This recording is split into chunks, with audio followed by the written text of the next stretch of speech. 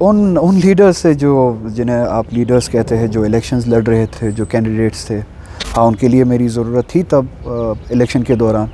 Election کے بعد جب سے وہ ایم ایل اے بنے ہیں، ان کا اب ان کی وہ پریورٹیز نہیں ہے، نہ میں وہ پریورٹی ہوں، نہ لوگوں کا وہ سینٹیمنٹ وہ پریورٹی. اس الیکشن کے دوران الطاف بخاری یہی کہہ رہا تھا کہ 370 کے بعد اب 370 کی لڑائی کو بھول جائیے، ہم مرکز کے ساتھ اچھا رشتہ رکھیں گے، بی جے پی کی مرکز کی سرکار کے ساتھ، بی جے پی کے ساتھ اچھا رشتہ رکھیں گے، ہمیں پیسے ملیں گے، ہمیں اسٹیٹ ہوڈ ملے گا، ہم ریاست اچھے سے چلائیں گے.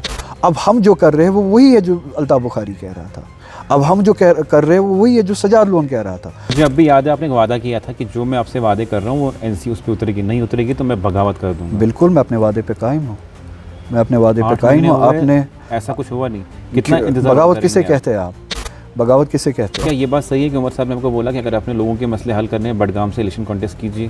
اگر آپ ہی یہاں پہ سی ایم ہوتے تو آپ کیا کرتے؟ ہو سکتا ہے کل کو ایک تھرڈ فرنٹ بنے جس کی سربراہی آغا صاحب کریں، میر وائز صاحب کریں، جماعت اسلامی کرے، تو تب جا کے کشمیریت جو کشمیریوں کے حقوق ہیں ان کے خلاف کھل کے لوگ سڑکوں پہ آئے اور دلی سے اپنے حق مانگے. کیا ایسا پاسبلٹی ہے؟ ابھی بائی الیکشن ہونے ہیں، بڈگام سیٹ پہ بھی ہونے ہیں، ایسے میں کیا پھر سے اپنی پارٹی کے لیے وہاں پہ الیکشن کمپین چلائیں گے؟ میں کسی کی ذات کو کسی کرسی تک پہنچانے کے لیے یہاں پہ نہیں ہوں. 5 اگست 2019 کے بعد جموں کشمیر میں الیکشن ہوئے، لیکن یہ الیکشن کچھ الگ الیکشن تھے جس میں لوگوں نے مانگ کی کہ اپنی حقوق، اپنی پہچان، اپنی جاب رائٹس ہمیں واپس ملنا چاہیے. اور وہ پارٹی تھی نیشنل کانفرنس جس کی لگ بھگ سربراہی سید آغا رحولہ اللہ کرتے تھے. جتنے کشمیریوں سے ہم نے بات چیت کی انہوں نے کہا کہ ووٹ دیا ہم نے، لیکن آغا رحولہ اللہ صاحب نے ہم سب سے یہ وعدہ کیا تھا کہ وہ الیکشنز ہونے کے بعد ان کی پارٹی سینٹر سرکار سے جھگڑے گی، لڑے گی اور لوگوں کے حقوق واپس لائے گی. میرے ساتھ ہیں ممبر پارلیمنٹ سید آغا رحولہ اللہ. بات کرنے کے لیے آپ کا بہت بہت سواگت ہے. جی شکریہ. جس طرح میں نے شروعات کی کہ لوگوں نے یہ سرکار اس لیے چنی کہ ان کو اپنی حقوق، اپنی پہچان واپس ملے. بار بار آپ نے جتنے بھی الیکشن کے دوران جلسے کیا آپ نے کہا کہ ہم لڑیں گے، ہم لڑ کے حقوق واپس لیں گے، لیکن آپ کی پارٹی اب ان مدعوں پہ خاموش ہے، چپ چاپ ہے، لیکن آپ برابر بول رہے ہیں. آپ نے سوال میں ہی اس بات کی اہمیت کی طرف اشارہ بھی کیا اور اہمیت بھی بتائی کہ یہ الیکشن عام الیکشن نہیں تھے، یہ ایک خاص پولیٹیکل ایجنڈا پہ لڑا گیا اور کسی ایک پارٹی کی پولیٹیکل ایجنڈا پہ الیکشن نہیں لڑا. یہ ریاست کے لوگوں کا پولیٹیکل ایجنڈا تھا اور جو ہم سے چھینا گیا، جو کنسٹیٹیوشن نے جو گارنٹیز، سیکیورٹیز، پروٹیکشنز اس ریاست کو دی تھی اور 2019 میں جو چھینے گئے، جو پروٹیکشنز چھینے گئے، تو جموں کشمیر کے لوگوں کا پولیٹیکل ایجنڈا ہے تب سے کہ ہمیں وہ پروٹیکشنز واپس چاہیے، وہ گارنٹیز واپس چاہیے، جو پورا پیکیج جس کو آئینی لینگویج میں دفعہ 370 کے حوالے سے ہم جانتے ہیں. ان پروٹیکشنز کی واپسی کے لیے جموں کشمیر کے لوگوں کی ایک ڈیموکریٹک ریزسٹنس بھی تھی اور ڈیموکریٹک ریپریزنٹیشن بھی تھی، آواز بھی تھا یا اس فیصلے کے خلاف جموں کشمیر کے لوگوں کا ووٹ تھا. تو اس نتیجے میں جو بھی تنظیم کامیاب ہوئی اور جو بھی گورنمنٹ بنی، اس کی ذمہ داری بنتی ہے اس مینڈیٹ کو، اس پولیٹیکل ایجنڈا کو، لوگوں کا جو پولیٹیکل ایجنڈا تھا اس کو عملائے، اس کو ریفلیکٹ کرے، اس پہ عمل کرے اور اس کے لیے کوشش کرے. ہم نے یہ کبھی نہیں کہا کہ ہمارے یہاں پہ ایم ایل اے بنانے سے 370 واپس آئے گا. ہم نے یہ کہا کہ اس انسٹیٹیوشن کے ذریعے ہم 370 کی لڑائی لڑیں گے اور اس دن تک کے لیے لڑیں گے جب تک ہمارے حقوق واپس نہیں ملتے. اس انسٹیٹیوشن کے ذریعے اس لڑائی کی شروعات ہونی چاہیے تھی. میری ذاتی طور پہ جو کوشش تھی پارلیمنٹ میں، جس انسٹیٹیوشن میں کام کر رہا ہوں، وہاں پہ اس وعدے پہ عمل بھی کیا اور کر بھی رہا ہوں جو پارلیمنٹ الیکشن کے دوران میں نے وعدے لوگوں سے کیے اور اس پہ جو عمل ہوا 370 کے حوالے سے، اس جموں کشمیر کے ریاست کے پولیٹیکل ایجنڈا اور پولیٹیکل رائٹس کے حوالے سے، ڈیموکریٹک رائٹس کے حوالے سے جو ریپریزنٹیشن کرنے کا میں نے وعدہ کیا تھا وہ کیا. اسی طرح سے اس انسٹیٹیوشن سے بھی وہی توقع تھی کہ جو جموں کشمیر کی اسمبلی ہے، اس انسٹیٹیوشن کے ذریعے جو ہمارے ایم ایل اے بنیں گے یا نمائندے، جو حکومت جو بنے گی ہماری، وہ اس لڑائی میں فردر ایفرٹس جو ہے وہ ڈالیں گی اور اس مینڈیٹ کو اس گورننس، اس گورنمنٹ کے ذریعے ایک زبان ملے گی. اور جیسے کہ آپ نے کہا یہ اب دو چیزیں بن رہی ہے. پارٹی شاید اس میں پتہ نہیں کن وجوہات سے الگ الگ وجوہات میں نے 8 مہینے ہونے کو ہے 8 مہینے تک سنے. ہر ایک وجہ جو ہے اس کا وقت نکلتا گیا کہ اس وجہ سے ہم ابھی خاموش ہے, اس وجہ سے ہم لڑ نہیں رہے, اور اس سب کا وقت اب نکل رہا ہے. آغا صاحب میں یہاں پہ پہلے بھی آتا ہوں, جب میں نے پچھلی بار ایگزٹ پول کیا میں نے آپ کی نیشنل کانفرنس کو 40 سیٹس دی جی, اور لگ بھگ 89% کے آس پاس ہمارا ایگزٹ پول صحیح بھی نکلا. لیکن میں نے لوگوں سے بات چیت کی, میں نے لوگوں سے جب جانا رائے تو انہوں نے کہا کہ ہمیں نیشنل کانفرنس پہ توقعات ہیں کہ یہ ہمارے وعدے جو انہوں نے کیے ان پہ اترے گی.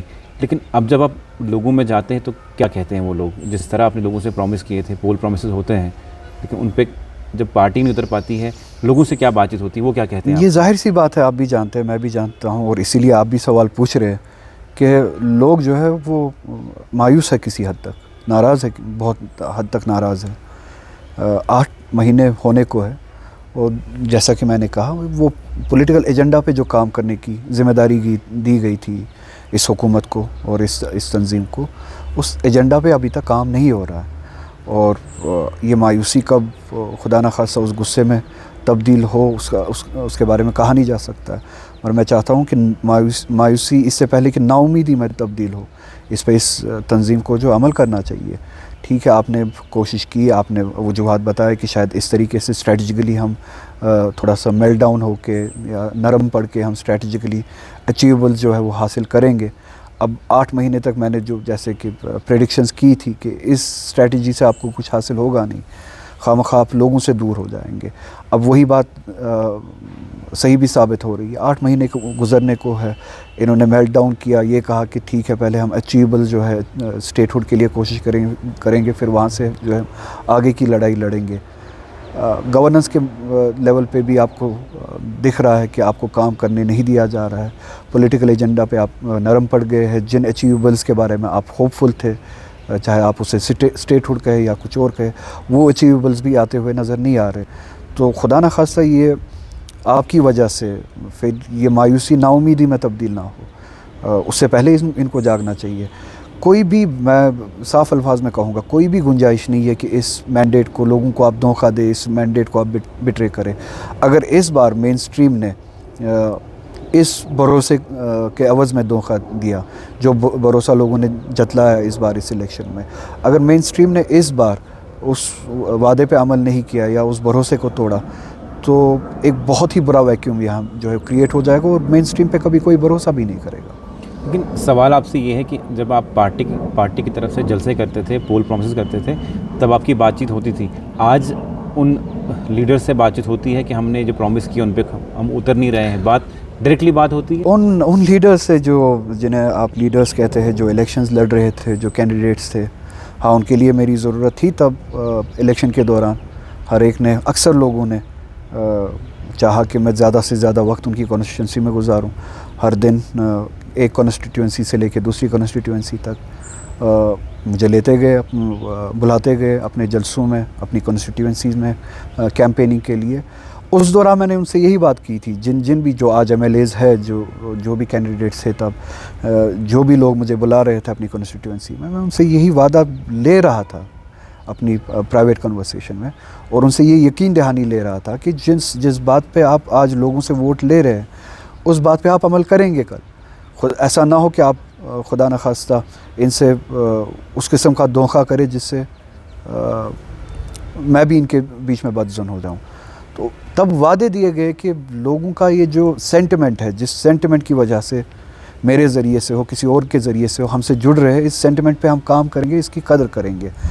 الیکشن کے بعد جب سے وہ ایم ایل اے بنے ہیں, ان کا اب ان کی وہ پریورٹیز نہیں ہے, نہ میں وہ پریورٹی ہوں, نہ لوگوں کا وہ سینٹیمنٹ وہ پریورٹی. لیکن مجھے اب بھی یاد ہے آپ نے ایک وعدہ کیا تھا کہ جو میں آپ سے وعدے کر رہا ہوں وہ این سی اس پہ اترے گی, نہیں اترے گی تو میں بغاوت کر دوں گا. بالکل, میں اپنے وعدے پہ قائم ہوں, میں اپنے وعدے پہ قائم ہوں. آپ نے ایسا کچھ ہوا نہیں, کتنا انتظار بغاوت کسے کہتے ہیں آپ, بغاوت کسے کہتے ہیں آپ؟ میں نے پارٹی کے کارکردگی پہ بات بھی کی ہے, ایفرٹس بھی کیے ہیں اور کر رہا ہوں. اور ہر ایک چیز کا جس طرف آپ اشارہ کرنا چاہتے ہو, جو سوال آپ کرنا چاہتے ہیں, ہر ایک چیز اپنے مرحلے پہ بتدریج پہنچتی ہے. قبل از وقت کوئی بھی چیز صحیح نہیں ہوتی ہے. اور میں نے آپ کو جواب دے دیا آپ کے اشارے میں، جو سوال تھا میں نے آپ کو وہ جواب دیا. اپنے مرحلے پہ بتدریج پہنچتی ہے. شاید کسی وقت سے پہلے یہ کہا جاتا کہ ابھی ہم نے شروعات ہی کی تھی، ابھی 6 ہی مہینے گزرے تھے، ابھی 7 ہی مہینے گزرے تھے، یا ہم نے ایک ایسی اسٹریٹجی جو ہے وہ اپنائی تھی جس میں 1 سال کے درمیان ہمیں کچھ حاصل ہونے کا موقع تھا. 1 سال سے پہلے کوئی قضاوت کرنا شاید قبل از وقت ہو.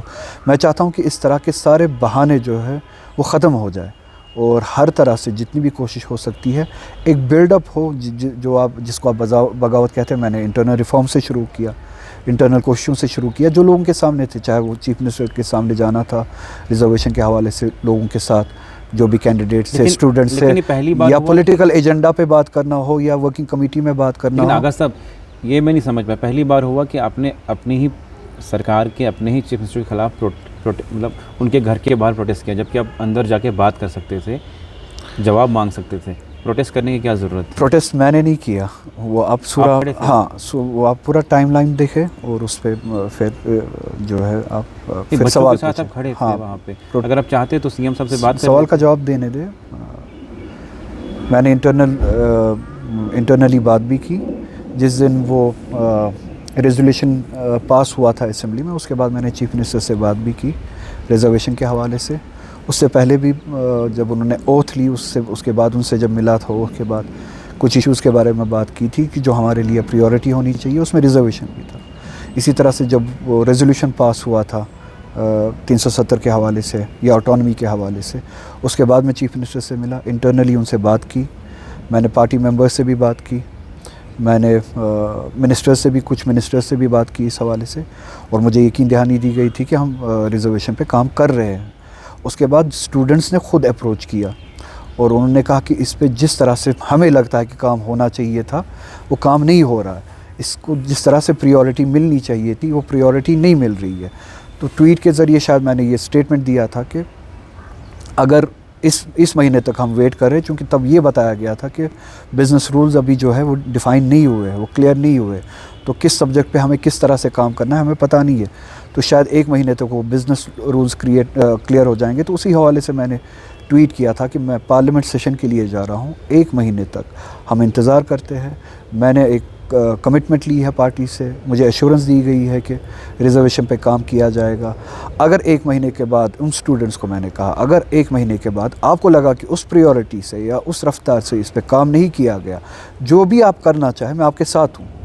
1 مہینے تک انتظار کرے. وہ 1 مہینہ گزرا، میں پارلیمنٹ سیشن سے واپس آیا، شاید وہ 22 تاریخ دسمبر کی 22 تاریخ تھی جب وہ 1 مہینہ ختم ہو رہا تھا. انہوں نے کہا کہ ہم اپنی ڈیمانڈ لے کے چیف منسٹر کے سامنے جائیں گے. میں نے ان کو کہا کہ میں آپ کے ساتھ اس ڈیمانڈ میں آپ کے ساتھ شامل ہوں.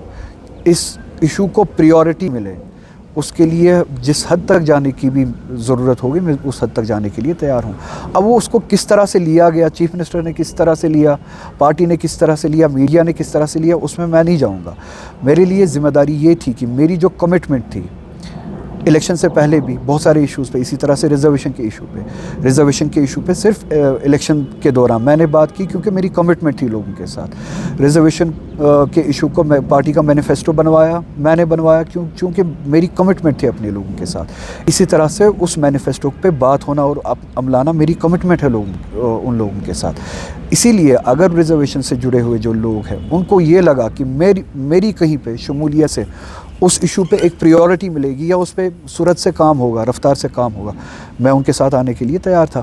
تو اس ڈیمانڈ کو لے کے ہم چیف منسٹر کے پاس گئے. نتیجہ یہ نکلا کہ جو ایک ان اینڈیڈ ایفرٹ چل رہا تھا، اوپن اینڈیڈ جو ایفرٹ چل رہا تھا، اس کے لیے چیف منسٹر کے ذریعے سے یہ کمٹمنٹ دی گئی کہ ہم 6 مہینے کے اندر وہ کام کریں گے. تو یہ میری خدمت ہے. اس مہینے شاید وہ اس 10 تاریخ کو ختم ہونے والا ہے. آپ انتظار کیجئے، جو بھی اس کا سب کمیٹی کا رپورٹ ہوگا یا نہیں ہوگا، اس کے بعد جو کرنا ہوگا میں وہ ضرور کروں گا.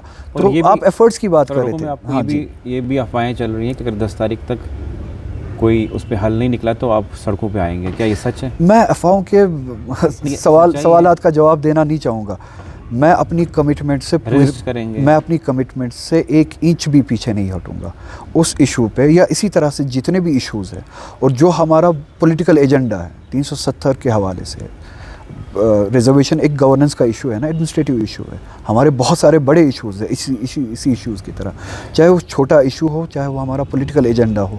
میں اپنے کمٹمنٹ سے ایک انچ بھی پیچھے نہیں ہٹوں گا، اور آپ وقت کا انتظار کریں، وقت پہ جو جواب دینا ہوگا. سوال یہ ہے کہ جب بھی میں لوگوں سے بات چیت کرتا ہوں تو مجھے یہ لوگ پوچھتے ہیں کہ کیا سچ میں آغا صاحب اور عمر صاحب اور فاروق صاحب کے بیچ میں کچھ تناؤ چل رہا ہے؟ کیا آپ کی بات چیت ہوتی ہے ان کے ساتھ؟ یہ بھی سننے میں آیا کہ پچھلے 6-7 مہینے سے آپ کی ان کی مطلب ڈائریکٹلی بات چیت بہت کم ہوتی ہے. آخری بات چیت پچھلی ورکنگ کمیٹی میں ہوئی، فارمل وہی بات چیت جو میٹنگ میں ہوتی ہے. اس کے بعد جس کی خبریں سامنے آئی کہ آپ کی ادھر بحث شاید ہوئی، یہ بات ہر ورکنگ کمیٹی میں بحث ہونی چاہیے. اگر ورکنگ کمیٹی میں بحث نہیں ہوتی ہے تو پھر ورکنگ کمیٹی کس نام کی؟ میں وہاں پہ قصیدے پڑھنے تھوڑی گیا تھا، میں ایک لوگوں کی سروس دینے، جماعت کی آئیڈیالوجی جو ہے اس حوالے سے اپنی بات کرنے گیا تھا. تو وہاں پہ ظاہر سی بات ہے بحث مباحثہ ہوگا. کیا یہ بات صحیح ہے کہ عمر صاحب نے آپ کو بولا کہ اگر آپ نے لوگوں کے مسئلے حل کرنے ہیں بڈگام سے الیکشن کانٹیسٹ کیجیے؟ بڑگام سے میں عمر صاحب نے ایسا بولا؟ وہاں پہ بہت ساری باتیں ہوئی، میں ٹیڈ بٹس میں نہیں جاؤں گا. صرف یہ کہوں گا کہ اس طرح کی میں نے کوئی بھی بات ورکنگ کمیٹی میں نہیں کہی جس کے لیے میرا ایم ایل اے ہونا ضروری ہے یا منسٹر ہونا ضروری ہے. یہ کہا جائے کہ آپ منسٹر بنیے تو پھر یہ ایشوز ہم حل کریں گے، یا ایم ایل اے بنیے ہم یہ ایشوز حل کریں گے. میں نے اس کمیٹی میں یا کمیٹی سے باہر جو بھی بات کہی ہے وہ پولیٹیکل ایجنڈا کی ہے. اس کے لیے ایک پولیٹیکل ایفرٹ دینے کی ضرورت ہے. وہ ہمارا ایک پولیٹیکل مینیفیسٹو ہے. ایڈمنسٹریشن ایک سطح پہ ہے، پولیٹیکل مینڈیٹ ہمارا دوسری سطح پہ ہے. ہمارا اگر لوگ اس وقت انگلی اٹھائیں گے بھی یا اٹھا بھی رہے ہیں، وہ پولیٹیکل ایفرٹس کو لے کے، پولیٹیکل مینڈیٹ جو لوگوں نے دیا ہے پولیٹیکل ایجنڈا کو لے کے. اس کے لیے میرا ایم ایل اے ہونا، منسٹر ہونا ضروری نہیں ہے، ایم پی ہونا ضروری نہیں ہے. تو اس کے لیے چیف منسٹر کو اپنی حیثیت سے بحیثیت چیف منسٹر ایفرٹ کرنے ہے، ایک سٹرگل کرنی ہے، ایک جد و جہد کرنی ہے، ایک ریزیلینس دکھانی ہے. اسی طرح سے ایم ایل اے کو اپنی سطح سے، ایم پی کو اپنی سطح سے، یا ان سب چیزوں سے باہر ہر فرد کو اپنی سطح سے. لیکن جب میں نے عمر صاحب سے بات چیت کی تو انہوں نے کہا کہ لوگوں نے ہمیں 5 سال کے لیے چنا ہے، 5 مہینے کے لیے نہیں. اب میں جا کے دلی سے لڑوں گا تو وہ نہیں ہے. 5 سال کا ٹائم مجھے لوگوں نے دیا ہے، میں 5 سال میں ہر ایک وعدہ پورا کروں گا. سوال یہ ہے نا کہ 5 سال کس لیے دیے گئے ہیں ہمیں؟ 5 سال ہمیں اس سٹرگل کے لیے دیے گئے ہیں کہ آپ اپنے حقوق کی واپسی کے لیے لڑیں گے. وہ لڑائی اسی دن سے شروع ہونی چاہیے تھی جس دن آپ چیف منسٹر بنے، جس دن ہمارے منسٹر بنے. یہ عام گورننس کی ڈیمانڈ کے لیے اس گورنمنٹ کو مینڈیٹ نہیں ملا کہ آپ باؤل اٹھا کے چلے جائیے. آپ کو کہا گیا اس مینڈیٹ کے ذریعے، اس ووٹ کے ذریعے جو ہماری سٹرگل ہے، اس ریاست کی جو پولیٹیکل سٹرگل ہے، اس کی سربراہی آپ کریں گے. تو اس سٹرگل کی، اس انٹینٹ کی، اس نیت کی ریفلیکشن پہلے دن سے ہی ہونی چاہیے تھی. آپ کا پولیٹیکل میسیج، آپ کی گورنمنٹ کا پہلے دن سے ہی جانا چاہیے تھا کہ میں کس ڈائریکشن میں جا رہا ہوں، یہ گورنمنٹ کس ڈائریکشن میں جا رہی ہے، یہ گورنمنٹ کس پولیٹیکل ڈائریکشن میں جا رہی ہے. تو میسیجنگ اور آپ کا پوسچرنگ جو ہے، یا آپ نے جو سفارائی کی ہونی چاہیے تھی پہلے دن سے ہی، وہ اس سٹرگل کو ریفلیکٹ کرنی چاہیے تھی. ریفلیکشن ایسا ملا، برعکس ہوا کہ جو پوسچرنگ یا جو سیاسی میسیج اس گورنمنٹ کو دینا چاہیے تھا، اس کے برعکس میسیجنگ گئی. آپٹکس اس کے برعکس گئی. آپٹکس اس طرح کے گئے کہ جو الطاف بخاری بھی کہہ رہا تھا، جو سجاد لون بھی کہہ رہا تھا، جو بہت حد تک پی ڈی پی بھی کہہ رہی تھی کہ ہم بی جے پی کے ساتھ رابطہ ٹھیک رکھیں گے. پی ڈی پی نے یہی بول کے یہاں پہ گورنمنٹ بنائی کہ ہم رابطہ ٹھیک رکھیں گے تو ریاست اچھے سے چلے گی، ہم ان کے ساتھ رشتہ بنائیں گے تو ریاست اچھے سے چلے گی. اس الیکشن کے دوران الطاف بخاری یہی کہہ رہا تھا کہ 370 کے بعد اب 370 کی لڑائی کو بھول جائیے، ہم مرکز کے ساتھ اچھا رشتہ رکھیں گے، بی جے پی کی مرکز کی سرکار کے ساتھ، بی جے پی کے ساتھ اچھا رشتہ رکھیں گے، ہمیں پیسے ملیں گے، ہمیں اسٹیٹ ہوڈ ملے گا، ہم ریاست اچھے سے چلائیں گے. اب ہم جو کر رہے ہیں وہ وہی ہے جو الطاف بخاری کہہ رہا تھا. اب ہم جو کر رہے ہیں وہ وہی ہے جو سجاد لون کہہ رہا تھا. تو یہ ناانصافی ہوگی. میں ابھی بیٹریل نہیں کہوں گا، شاید سدھر جائے. ناانصافی ہوگی اس اعتماد کے ساتھ، اس مینڈیٹ کے ساتھ جو لوگوں نے آپ کو دیا. لوگوں نے ان باتوں کو ریجیکٹ کیا، جو الطاف بخاری، جو پی ڈی پی، جو سجاد لون وغیرہ. ہمیں ایک بہت بڑی لڑائی دینے کے لیے مینڈیٹ دیا گیا تھا. ہمیں وہ لڑائی آج کے دن سے لے کے 5 سال کے آخری دن تک لڑنی ہے. لیکن آغا صاحب، سوال یہ ہے کہ نئی دلی میں بھاجپا کی سرکار ہے جی، اور یہ ابھی ہم یوٹی میں ہیں. جی اگر آپ ہی یہاں پہ سی ایم ہوتے تو آپ کیا کرتے؟ آپ کی کس طرح یہ حقوق کی لڑائی لڑتے آپ؟ میں کم سے کم ابھی تک 4 بار ساؤتھ میں گیا ہوتا جو الائنس بنائی گئی. کل تک ہم 370 کی بات کرتے تھے اور اٹانومی کی بات کرتے تھے, ہم اکیلی ریاست تھے. آج ساؤتھ اٹانومی کی بات کر رہا ہے, ایک الائنس بنائی گئی. جو پریڈکشنز میں نے الیکشن سے پہلے کی تھی, پارلیمنٹ الیکشن سے پہلے کی تھی کہ اس طرح کا ہوگا. آپ اکیلے نہیں ہوں گے, اٹانومی ڈھونڈنے والے آپ اکیلے نہیں ہوں گے. اس ملک میں بہت سارے ایسے سین پولیٹیکل, جائز پولیٹیکل, ڈیموکریٹک پولیٹیکل فورسز ہیں جو اپنے ریاستوں کو اور زیادہ مضبوط دیکھنا چاہتے ہیں, اور زیادہ فیڈرلی اسٹرانگ دیکھنا چاہتے ہیں, اور زیادہ اٹانومس دیکھنا چاہتے ہیں. آج جو میں نے پریڈکشنز کی تھی آج وہ ہوتے ہوئے دکھ رہا ہے. ساؤتھ میں آوازیں اٹھ رہی ہے اس بی جے پی کی حکومت کے خلاف, وہاں پہ الائنس بن رہے ہیں. میں ابھی تک 5 سے 8 بار ان سے ملا ہوتا. میں ویسٹ بنگال میں جو طاقت ہے, جائز طاقت ہے جو لڑ رہی ہے مرکز کے ساتھ, میں 8 دفعے ابھی تک ان سے ملا ہوتا, ان آوازوں کے ساتھ ملا ہوتا, موبلائز کیا ہوتا. میں ابھی تک انڈیا الائنس کے سبھی جو ہماری کمپوننٹس ہیں, یہ جو ہمارے کنسٹیٹوئنٹس ہیں, جتنی بھی پارٹیز ہیں, میں ان سے ملا ہوتا, اپنی بات لے کے پہنچا ہوتا, ان سے اپنی بات کے لیے, ان کا اعتماد لینے کے لیے, یا جو لڑائی ساؤتھ سے لڑی جا رہی ہے اس کا حصہ بننے کے لیے. جس لڑائی کا حصہ بن کے, جس فیڈرل سٹرکچر کے لیے, جو اٹانومی کے لیے وہ بات کرے, وہی اٹانومی آپ کا بھی ایجنڈا ہے. آپ ایک بہت بڑا فورس بنتے. آپ اپنے منسٹرز لے کے یا چیف منسٹر 10 بار یا تو اکیلے بیٹھتے جنتر منتر پہ پارلیمنٹ کے باہر, یا انڈیا الائنس کے پارٹنرز کو لے کے بیٹھتے, یا ساؤتھ کے ان پارٹنرز کے ساتھ ساؤتھ میں بیٹھتے, یا ان کے ساتھ بیٹھ کے آپ پارلیمنٹ کے باہر بیٹھتے. نامنلی 1 دن, 10 دن, 5 دن کبھی تو بیٹھتے. آپ یہاں پہ گھومے ہوتے پوری ریاست میں. آپ نے پورے ہندوستان سے اس طرح کے جو لیڈرز ہیں جو ان لائنز پہ سوچتے ہیں, جو فیڈرل انڈیا پہ, اسٹرانگر فیڈرل انڈیا کے بارے میں سوچتے ہیں, ساؤتھ سے لے کے ایسٹ بنگال تک یا پورے نارتھ تک جتنے بھی اس طرح کے فورسز ہیں, آپ نے ان کو 10 بار کشمیر میں بلایا ہونا چاہیے تھا ابھی تک. لوگوں کو یہاں پہ موبلائز کیا ہونا چاہیے تھا ابھی تک. آپ نے سیمینارز کیے ہونے چاہیے تھے, پولیٹیکل جلسے کیے ہونے چاہیے تھے. اس پولیٹیکل ایجنڈا پہ ایک پولیٹیکل فورس, ایک پولیٹیکل آواز بنائی ہونی چاہیے تھی آپ نے کشمیر سے لے کے, جس کو آپ لے کے اٹھتے ساؤتھ تک, ساؤتھ سے لے کے ایسٹ تک, ایسٹ سے لے کے پورے نارتھ تک, کانگریس کو انوالو کر کے آپ نے ایک بہت بڑی پولیٹیکل سٹرگل چھیڑی ہونی چاہیے تھی. اب آپ کہیں گے کیا یہ ممکن ہے؟ میں نے پارلیمنٹ میں ایک چھوٹی سی کوشش کی, 100 MPs میں جڑا پایا امپیچمنٹ کے لیے. ایک یادو نام کا جج الہ آباد ہائی کورٹ میں, اس نے ہیٹ سپیچ کی, خبر چلائی ہم نے. میں نے اس ہیٹ سپیچ کے خلاف, اس جج کے خلاف, اس ہیٹ سپیچ پہ امپیچمنٹ موشن لائی. امپیچمنٹ موشن کے لیے مجھے 100 MPs کے سگنیچرز کی ضرورت تھی. وہ سگنیچرز میں نے, وہ جج یادو نام کا تھا, میں نے سماجوادی پارٹی سے بھی سپورٹ حاصل کیا. سماجوادی پارٹی نے وداؤٹ اینی کنڈیشن سپورٹ دیا, اس میں یادو بھی تھے نا, انہوں نے سگنیچرز کیے. میں نے ٹی ایم سی نے وداؤٹ اینی کنڈیشن اس امپیچمنٹ موشن پہ, اس جج کے خلاف جو امپیچمنٹ میں نے موشن لائی, وداؤٹ اینی کنڈیشن انہوں نے سپورٹ کیا. کانگریس نے سپورٹ کیا, کانگریس کے MPs نے مجھے سگنیچرز دیے. اسی طرح سے انڈیا الائنس میں بہت سارے ایسے انڈیپینڈنٹ بھی ہے یا بہت ساری پارٹیز ہے جو اس لڑائی میں خوشی سے آئے اور آپ کے ساتھ جڑے. اسی طرح سے اگر آپ ایفرٹس لگاتے اپنے پولیٹیکل ایجنڈا کے لیے, جو ریفلیکٹ کرتا ہے کہ آج ہمارا اور ساؤتھ کا اور بنگال کا پولیٹیکل ایجنڈا ایک جیسا ہے, آپ ان سب کو جوڑ سکتے تھے. آپ کی لڑائی میں آج وہ سبھی شامل ہو سکتے تھے.